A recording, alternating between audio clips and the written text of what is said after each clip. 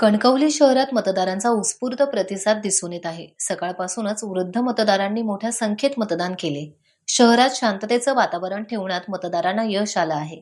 त्यामुळे कणकवलीचे वातावरण निवडणुकीच्या मतदानावेळी उत्साही असल्याचे दिसून आले. राजकीय नेत्यांनी आपल्या प्रतिक्रिया नोंदवल्या आहेत. आपण बघितलं असेल की आता 9 वाजता जवळजवळ 15% पर्यंत मतदान या ठिकाणी झालेलं आहे आणि त्यामुळे लोकांचा उत्सुक प्रतिसाद आहे. इथल्या नगरपंचायतीच्या भ्रष्ट कारभाराच्या विरोधात लोक एकवटली आहेत आणि ते मतपेटीद्वारे उत्तर देत आहेत आणि त्यामुळे निश्चितपणे मोठ्या प्रमाणात मतदान या शहरामध्ये होणार आहे. मतदान प्रक्रिया वाढली किंवा मतदान टक्का वाढला की सत्ता परिवर्तन होतं असं म्हणतात, तर आज कसं वाटतंय? 100% सत्ता परिवर्तन या नगरपंचायतीमधले होईल.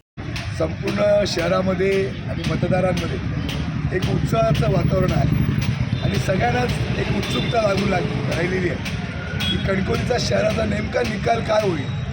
त्याबाबतची उत्सुकता जशी शहरवासियांना आहे तशी जिल्हावासियांना आणि महाराष्ट्राच्या राज्याला आहे. पण मी आपल्याला एवढंच सांगतो की एवढ्या मोठ्या संख्येनं जेव्हा मतदार बाहेर पडून मतदान करतात तेव्हा ती सत्ता परिवर्तनाला घातलेली साथ असते आणि म्हणून लोक सत्ता परिवर्तनासाठी मतदानाला बाहेर पडलेले आहेत. आज निवडणूक चालू आहे आणि अतिशय चांगलं वातावरण आहे.